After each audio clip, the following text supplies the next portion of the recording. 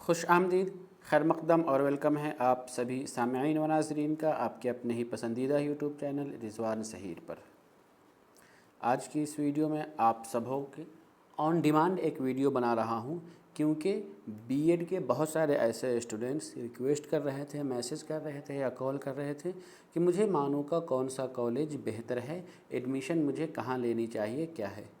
तो उन्हीं लोगों के लिए एक एक करके जवाब देना मुश्किल हो रहा है, जिसकी वजह से मैंने सोचा कि एक वीडियो ही बना दूं जिससे आप सभी लोग देख लें और इसका फ़ायदा उठा सकें। तो इस वीडियो में मैं बिल्कुल बताऊंगा कि मानू का CTE है। CTE means college of teacher education. तो मानू के जितने कॉलेज ऑफ टीचर एजुकेशन या जितने बीएड कॉलेज हैं, उन सभी कॉलेजेस में कहाँ के लिए कौन सा पॉइंट वहाँ का कमज़ोरी है और कौन सा पॉइंट वहाँ के लिए मजबूती है। तो स्ट्रॉन्गनेस और वीकनेस, इन्हीं दोनों चीज़ों के बारे में मैं मानू के सभी बीएड सेंटर्स के बारे में बताऊंगा। तो पूरी वीडियो देखिएगा, कहीं पे कोई डाउट हो या कन्फ्यूज़न हो तो आप हमें ज़रूर बताइएगा। सबसे पहले तो हम ये देख लेते हैं मानू के कॉलेज ऑफ टीचर एजुकेशन है कितने। एक सबसे पहला आपका मेन कैंपस हैदराबाद में है, उसके बाद दरभंगा बिहार में, भोपाल मध्य प्रदेश में पड़ता है, आसनसोल वेस्ट बंगाल में, संभल हमारा यूपी में पड़ता है, नूह ये हरियाणा में है, बीदर ये कर्नाटक स्टेट में है, औरंगाबाद ये आपका महाराष्ट्र में है और कश्मीर ये जम्मू एंड कश्मीर है, जो कि ये श्रीनगर में पड़ता है। तो ये मानो के कुल 9 सेंटर्स हैं, जिसमें से आपको ऐसा देखने को मिलेगा हैदराबाद, दरभंगा, आसनसोल और भोपाल और आसनसोल, ये इन जगहों पे आपके लिए बीएड में 125 सीट हैं। बाकी उसके अलावा जो सीट आप देखेंगे उसमें आपको 63 सीट यानी 63 सीटें आपको देखने को मिलेंगी। तो ये टोटल सीट उस तरीके से आप देख सकते हैं। अब चलिए हम सब कुछ पॉइंट्स हैं, जिन पॉइंट्स के बेस में इन सभी सेंटर्स का हम कंपैरिजन करने की कोशिश करते हैं। लेकिन उससे पहले एक रिक्वेस्ट कि अगर अभी तक आपने रिज़वान ज़हीर यूट्यूब चैनल को सब्सक्राइब नहीं किया तो ज़रूर सब्सक्राइब कीजिए और बेल आइकन को भी प्रेस कर दीजिए, ताकि हमारी सभी वीडियो के नोटिफिकेशन मिल जाए। और आपको वीडियो पसंद आई हो तो वीडियो को लाइक कीजिए और अपने दोस्तों के साथ भी शेयर कीजिए, ताकि ज़्यादा से ज़्यादा लोग इसका फ़ायदा उठा सके और मेरी भी हौसला अफजाई हो सके। सबसे पहले हम मानो बीएड के सभी सेंटर्स की बात करते हैं। तो पहला पॉइंट हमने रखा क्वालिटी एजुकेशन, मतलब पढ़ाई मानो के किस कॉलेज में सबसे अच्छी होती है। तो पढ़ाई की जहाँ तक बात है, उनमें मानो का सभी कॉलेज बेहतर है। कोई भी कॉलेज या कहीं भी ऐसा नहीं है कि जहाँ की पढ़ाई ख़राब है या जहाँ की कंडीशन पुअर है, क्योंकि मानो के जो भी टीचर्स हैं वो सभी हाईली क्वालिफाइड टीचर हैं। यूजीसी या और एनसीटी के ज़रिए टीचर्स के लिए जो मिनिमम क्वालिफ़िकेशन है वो सभी फुलफ़िल करते हुए, क्यों उन्हीं के बेस पर उन सभी टीचर्स का अपॉइंटमेंट हुआ है। मानो के सभी सेंटर पर प्रोफेसर, असिस्टेंट प्रोफेसर सभी सब्जेक्ट के ऑलमोस्ट अवेलेबल हैं। तो इस वजह से पढ़ाई की जहाँ तक हम बात करेंगे तो आपका हैदराबाद, दरभंगा, आसनसोल, बीदर, महाराष्ट्र, औरंगाबाद, कश्मीर, भोपाल, किसी भी सेंटर पर जाए हर जगह पढ़ाई के मामले में बराबर है। पढ़ाई में आपको कहीं भी कंप्रोमाइज़ नहीं है। जो एजुकेशन आपको हैदराबाद में मिलेगा वही एजुकेशन आपको दरभंगा में मिलेगा, वही एजुकेशन आपको आसनसोल में मिलेगा, वही एजुकेशन आपको संभल में मिलेगा। हर जगह का सिलेबस सेम है और टीचर भी ऑलमोस्ट सेम है, क्योंकि टीचर्स का हर कुछ सालों पे एक जगह से दूसरी जगह ट्रांसफ़र होता रहता है। तो वही सारे टीचर्स एक से दूसरी जगह पे हैं। तो यहाँ पर हम किसी से कंप्रोमाइज़ नहीं है, पढ़ाई में सब बेस्ड है। अब दूसरा जो पॉइंट हमारा आ रहा है वो है सेफ फॉर गर्ल्स। मानो का कौन सा कैंपस गर्ल्स के लिए सेफ़ है। इसमें एक और पॉइंट हम हॉस्टल को ऐड कर लेते हैं, क्योंकि जब भी हम गर्ल्स की बात करेंगे तो उसमें हॉस्टल को शामिल करना ज़रूरी हो जाएगा। क्योंकि मैं मानता हूँ मेरे अकॉर्डिंग कि हैदराबाद मेन कैंपस जो आपका है HYD, ये गर्ल्स के लिए सेफ़ है, क्योंकि यहाँ कैंपस के अंदर हॉस्टल फैसिलिटी अवेलेबल है और हॉस्टल में रिस्ट्रिक्शन बहुत ज़्यादा है, मतलब कि दिन के सुबह के 8 बजे से शाम के 8 बजे तक का ही हॉस्टल का टाइमिंग होता है। उसके अलावा रात के 8 बजे के बाद गर्ल्स हॉस्टल से कोई लड़की बाहर नहीं जा सकती है, सुबह 8 बजे से पहले भी कोई बाहर नहीं निकल सकती है। गर्ल्स जब भी हॉस्टल से बाहर निकलती हैं तो उन्हें गेट पर एंट्री करना होता है, जब वापस आती हैं तो भी उन्हें फिर से एंट्री करना होता है। घर जाने के लिए या फिर कभी गर्ल्स अगर रात में स्टे नहीं कर रही है तो उसके लिए पहले ही, एक दिन पहले ही गेट कीपर को, हॉस्टल वार्डन को इन्फॉर्म करना होता है और गेट पास लेना होता है। बाकी गर्ल्स का हॉस्टल बहुत ही सेफ हॉस्टल है और बिल्कुल बॉयज़ हॉस्टल से अलग थलग है, वहाँ उनके लिए किसी तरीके की कोई प्रॉब्लम नहीं है। तो हैदराबाद कैंपस मैं कहूँगा गर्ल्स के लिए सेफ़ है।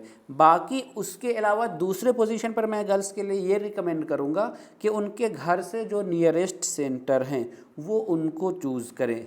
मतलब कि मानो का जितना भी कॉलेज मैंने शुरू में बताया था वो घर से जो नज़दीकी सेंटर है वो उनको चूज़ करेंगे तो बेहतर ये होगा कि कभी छुट्टी वगैरह मिलती है, मतलब मानो में वीकेंड पे छुट्टी रहती है सैटरडे और संडे को, तो बाज़ दफ़ा होता है कि कोई वेकेशन या किसी प्रोग्राम, कोई हॉलीडे फ्राइडे को हो गया, मंडे को हो गया, ट्यूसडे को, तो उस बीच में दो दिन की जगह 3 से 4 दिन की छुट्टी होती है तो वो घर जा सकते हैं, घर जाने के लिए आसानी है। तो ये पॉइंट तो बॉयज़ के लिए भी है और गर्ल्स के लिए भी है। बाकी हॉस्टल में एक और बात कर लें कि अभी मानो का जो दरभंगा कैंपस है वहाँ हॉस्टल बन रहा है।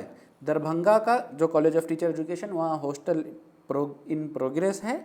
फाइनल कब तक तैयार हो जाए, कब उसमें अलॉटमेंट हो जाए, कब उसमें लोग स्टूडेंट रहने लगे, इसमें अभी लगभग 1 से 1.5 साल का वक्त कम से कम, या 2 साल का वक्त तो लगेगा ही लगेगा।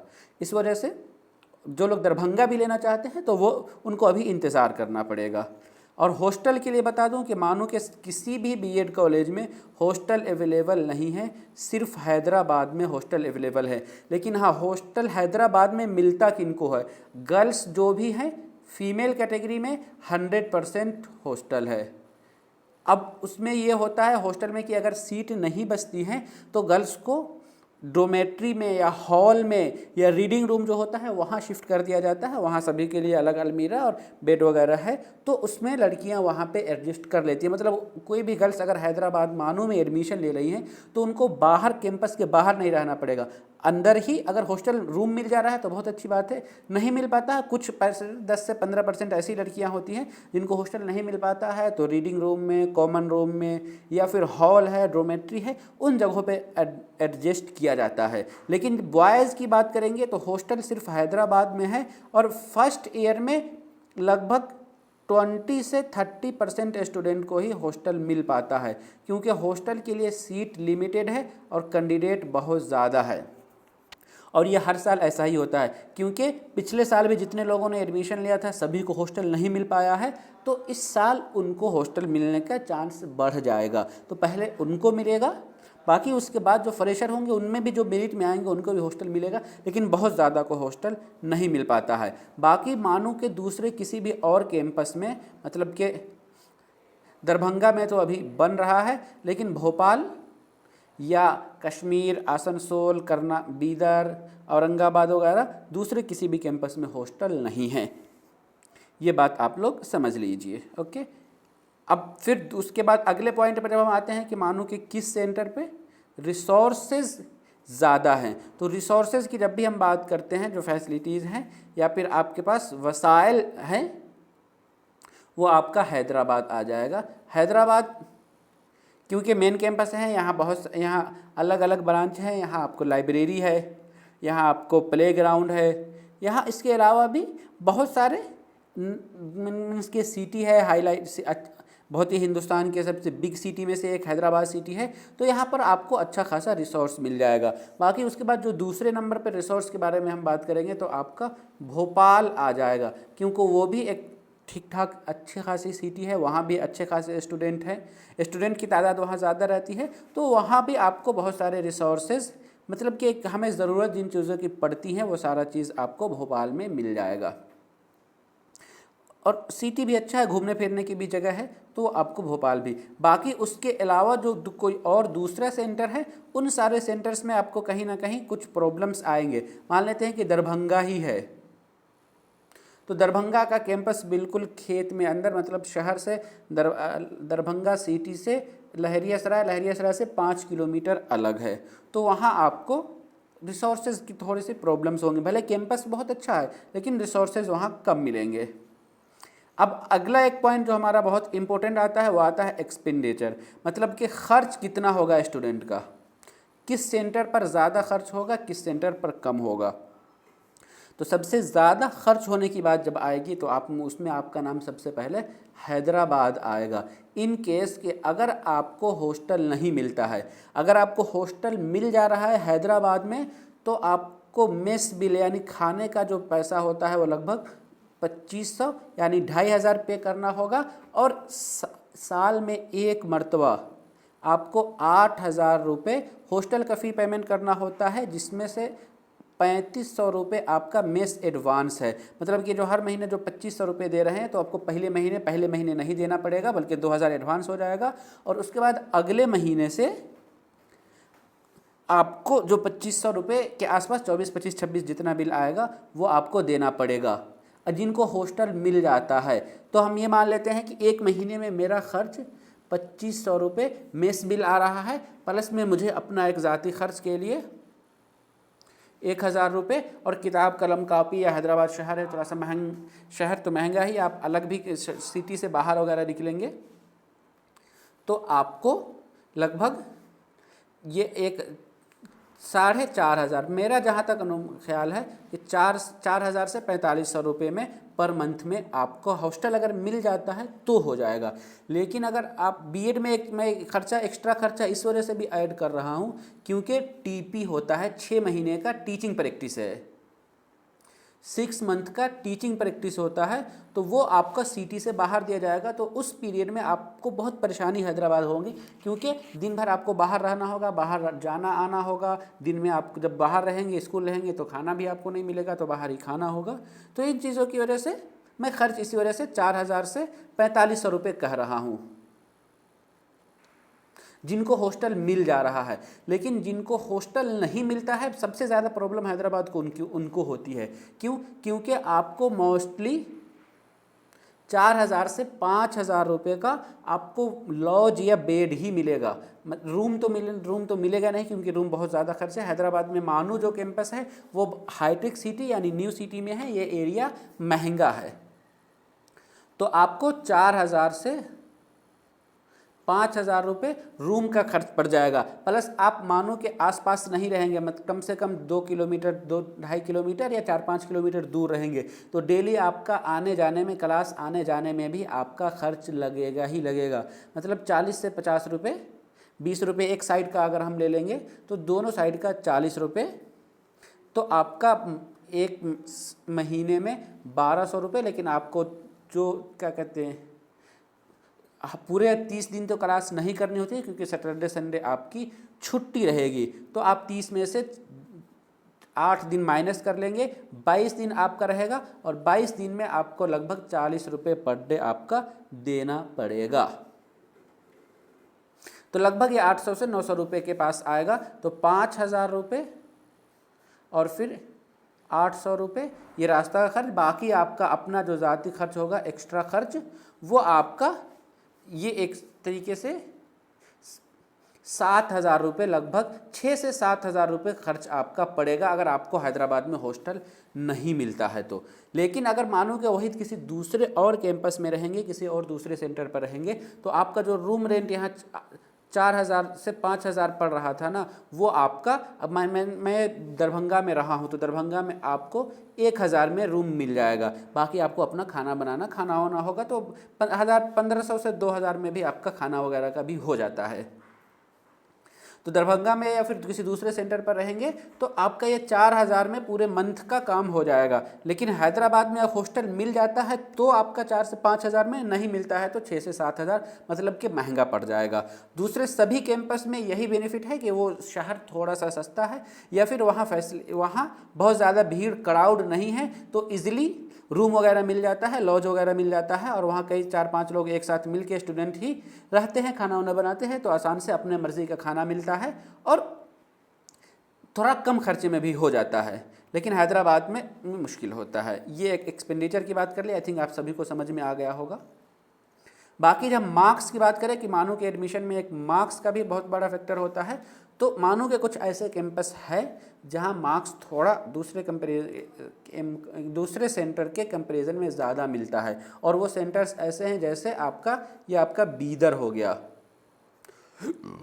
बीदर आपका औरंगाबाद, नूह, संभल, यानी ऑफ कैंपस में वैसे कैंपस जहां स्टूडेंट कम जाते हैं, जहां स्टूडेंट्स कम पहुंचते हैं, तो उन सेंटर्स पे थोड़ा सा वहाँ के क्या कहते हैं प्रिंसिपल का या फिर वहाँ के जो टीचर्स हैं उनकी रहती है कि चलो इनको थोड़ा सा ज़्यादा मार्क्स में, बहुत ज़्यादा भी नहीं मिलता है, लेकिन कंपैरिजन मेन कैंपस हैदराबाद या फिर दरभंगा वगैरह के कंपैरिजन में उनको थोड़ा सा मार्क्स ज़्यादा मिल जाता है, क्योंकि वहाँ वाले लोग अट्रैक्ट करते हैं कि मेरे यहाँ अगर मार्क्स ज़्यादा मिलेगा तो ज़्यादा स्टूडेंट आएंगे। क्योंकि आप भी देख रहे होंगे कि हम जितने भी इस वीडियो को देखने वाले लोग होंगे उन सब में से अगर किसी का औरंगाबाद एडमिशन हुआ है, किसी का बीदर एडमिशन हुआ है, तो वो सब कोई वहाँ से भागना चाह रहा है, वहाँ जाना नहीं चाह रहा है। तो इसी को अट्रैक्ट करने के लिए मार्क्स जो है वहाँ, या फिर कश्मीर वगैरह है, कश्मीर कोई नहीं जाना चाह रहा है, लेकिन जो कश्मीर जाता है उसको मार्क्स कहीं ना कहीं ठीक ठाक ही मिलता है। तो एक ये पॉइंट प्लस पॉइंट है ऑफ कैंपस के लिए, हैदराबाद या दरभंगा वालों के लिए मार्क्स का एक निगेटिव पॉइंट है। लाइफ स्टाइल, लास्ट पॉइंट हम बात करते हैं कि लाइफ स्टाइल कहाँ की सबसे बेहतर होती है। तो जाहिर सी बात है जो सिटी में है वहाँ की लाइफ स्टाइल अच्छी होगी। हैदराबाद में, भोपाल इन जगहों की लाइफ स्टाइल बहुत अच्छी है। बाकी उसके अलावा के जो दूसरे सेंटर्स हैं वहाँ भी बहुत अच्छी है, लेकिन उतना ज़्यादा अच्छी नहीं। अब ये सभी पॉइंट्स तो मेरे यहाँ पर ख़त्म हो गए। अब आपको थोड़ा सा ये बता दूं कि अब आपको कौन सा सेंटर चूज़ करना चाहिए, किन पॉइंट्स के बेस पर आपको कोई भी एक सेंटर लेनी चाहिए। तो उसमें यही है कि सबसे पहले तो आप ये प्रेफर कीजिए कि आपके घर से नज़दीक यानी नियरेस्ट कौन सा सेंटर है। जो आपके घर से नियरेस्ट सेंटर है, चाहे बॉयज़ एंड गर्ल्स दोनों के लिए, उसको चूज़ कीजिए। अगर वो नियरेस्ट नहीं मिल पा रहा है तो फिर आपके पास दूसरा ऑप्शन हैदराबाद का है। गर्ल्स के लिए दूसरा ऑप्शन बिल्कुल हैदराबाद है, क्योंकि हैदराबाद में हॉस्टल मिल जाएगा। बॉयज़ के लिए अगर हैदराबाद में हॉस्टल मिल जाता है तब तो बहुत अच्छा है, लेकिन अगर हैदराबाद में बॉयज़ को हॉस्टल नहीं मिल पाता है तो उससे अच्छा उसके लिए दूसरा ही कैंपस था, क्योंकि वहाँ उससे कम खर्चे में उनका काम निकल जाता। तो दूसरा किसी भी का ये चॉइस होनी चाहिए कि हैदराबाद मिल जाए। फिर उसके बाद जब तीसरे ऑप्शन पर हम आते हैं तो उसमें हमें ये कोशिश करनी चाहिए, हाँ, कि हम जो भी सेंटर ले रहे हैं, कोई जो सेंटर हमें मिल जा रहा है मैं वहाँ जाकर अपना कोर्स कंप्लीट कर लूँ। क्योंकि आपका 2 साल का ही कोर्स है। 2 साल आपको यूँ चुटकी में गुजर जाएगा। मतलब हर साल आप अपने कुछ सीनियर से बात करेंगे, उनको पता ही नहीं चलेगा, कि कहेंगे कि कैसे ही 1 साल का वक्त गुजर गया, 2 साल का वक्त गुजर गया। तो जहाँ भी आपका एडमिशन हो रहा है, जो भी सेंटर आपको मिल रहा है, उस सेंटर पर जाकर आप अपने कोर्स कंप्लीट कर लीजिए, क्योंकि एक तरीके से गोल्डन अपॉर्चुनिटी है। फिर मौका आपको दोबारा बार बार नहीं मिलेगा। बाकी ये है कि आपको इतना कम खर्चे में भी आपको दूसरी जगह से नहीं हो पाएगा। बहुत सारे लोग खर्चा को कंपैरिजन करते हैं कि मानो में बीएड करने में 1 साल में 70,000, 60 से 70,000 पड़ जा रहा है। 60,000 1 साल में पड़ जा रहा है, लेकिन वो क्या करते हैं, उसमें खुद के खाने का भी खर्च जोड़ लेते हैं। खुद की अपनी ज़िंदगी में जो लाइफ स्टाइल में जो अपनी क्या कहते हैं एक्सटर्नल होता है, जैसे मोबाइल रिचार्ज वगैरह, कोई अगर गुटखा वगैरह पान मसाला खाता है तो उसका, या खाने के शौकीन वगैरह होटल वगैरह, तो वो तो खाना आप तो कहीं भी रहेंगे तो वो तो खाएंगे ही खाएंगे। दूसरी जगहों से कंपैरिजन करते हैं कि मेरा वहाँ कोर्स फी 70,000 आ रहा है और मानो में तो मेरा 1 साल में 70,000 में ही हो जा रहा है। लेकिन आपको ये देखना पड़ेगा, इसमें आपका मानो में जो आपका 60,000 1 साल का पड़ रहा है, तो उसमें आपके खाने का भी मतलब पूरे लाइफ स्टाइल का सब कुछ इंक्लूड है। दूसरे सेंटर पर सिर्फ आप ट्यूशन फ़ी को जोड़ रहे हैं, जो कि मानो का ट्यूशन फ़ी आपके लिए 2 साल का सिर्फ 20,000 है। ये बहुत ही कम खर्चे में आपका हो जा रहा है। तो इस वजह से मैं सभी स्टूडेंट को रिकमेंड करूँगा कि जिनका जहाँ भी एडमिशन हो रहा है वो उसी सेंटर पर अपने कोर्स को कंप्लीट कर लें। ये ना सोचें कि मैं वहाँ क्या होगा कैसे होगा, क्योंकि अगर आप नहीं करेंगे तो आपके बाद जो वेटिंग में होंगे उनमें से जाकर दूसरा कोई कर लेगा। तो जो लोग भी, जिनका भी जहाँ जिस सेंटर पर सिलेक्शन हो रहा है वो कोशिश करें कि उस सेंटर पर जाकर अपने कोर्स को कंप्लीट कर लें और एक जो बेहतरीन मौका मिल रहा है इस मौका का बेहतर तरीके से इस्तेमाल कर सकें। तो इस वीडियो में यही बताना था। उम्मीद करता हूँ कि आपको ये वीडियो पसंद आया हो। अगर वीडियो पसंद आया हो तो वीडियो को लाइक कीजिए, और आप नए हैं, अभी तक आपने रिजवान ज़हरी यूट्यूब चैनल को सब्सक्राइब नहीं किया तो ज़रूर सब्सक्राइब कीजिए और बेल आइकन को भी प्रेस कर दीजिए ताकि हमारी सभी वीडियो की नोटिफिकेशन आपको मिलती रहे। हम फिर मिलेंगे आप सबों से इसी तरीके की अगली वीडियो में। तब तक के लिए शुक्रिया। अल्लाह हाफिज़।